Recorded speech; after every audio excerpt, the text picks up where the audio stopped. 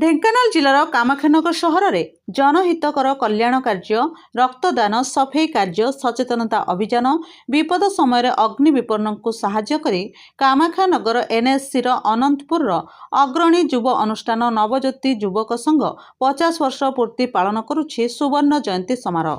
ଏହାରି ଭିତରେ କେତେ ପୁରୁଣା ସଭ୍ୟ ଗଲେଣି, ନୂଆ ସଭ୍ୟ ଆସିଲେଣି। ଏହାରି ଭିତରେ କାମାକ୍ଷାନଗରର ପୂର୍ବତନ ବିଧାୟକ ପ୍ରଫୁଲ୍ଲ କୁମାର ମଲ୍ଲିକ ଓ ଶାସକ ଦଳ ବିଧାୟକ ଶତ୍ରୁଘ୍ନ ଜେନା ଗୋଟିଏ ମଞ୍ଚରେ ବସିବା ସୌଭାଗ୍ୟ ଆଣିଦେଇଥିଲା।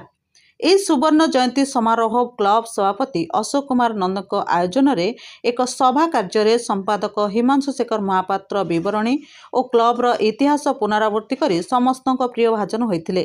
ମୁଖ୍ୟ ଅତିଥି ତଥା କାମାକ୍ଷାନଗରର ବିଧାୟକ ଶତ୍ରୁଘ୍ନ ଜେନା, ସମ୍ମାନିତ ଅତିଥି ଭାବେ ପୂର୍ବତନ ବିଧାୟକ ପ୍ରଫୁଲ୍ଲ କୁମାର ମଲ୍ଲିକ, ନଗରପାଳ ଧର୍ମାନନ୍ଦ ପରିଡ଼ା, ଢେଙ୍କାନାଳ ଜିଲ୍ଲା ବିଜେପି ସଭାପତି ରାସବିହାରୀ ବେହେରା, ଓକିଲ ସଂଘ ସଭାପତି ରଞ୍ଜନ କୁମାର ରାଉତ, ବସ୍ ମାଲିକ ସଂଘ ସଭାପତି ଅଶ୍ୱିନ କୁମାର ମହାପାତ୍ର ଯୋଗ ଦେଇଥିଲେ।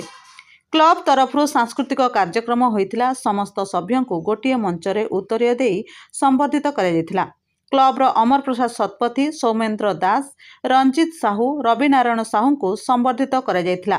କାର୍ଯ୍ୟକ୍ରମକୁ ମନୋଜ କୁମାର ରାଉଳ ସଂଯୋଜନା କରିଥିଲେ। କାମାକ୍ଷାନଗରରୁ ପ୍ରକାଶ କୁମାର ପାତ୍ରଙ୍କ ରିପୋର୍ଟ, ଦ ନ୍ୟୁଜ୍ ଟୁଡେ।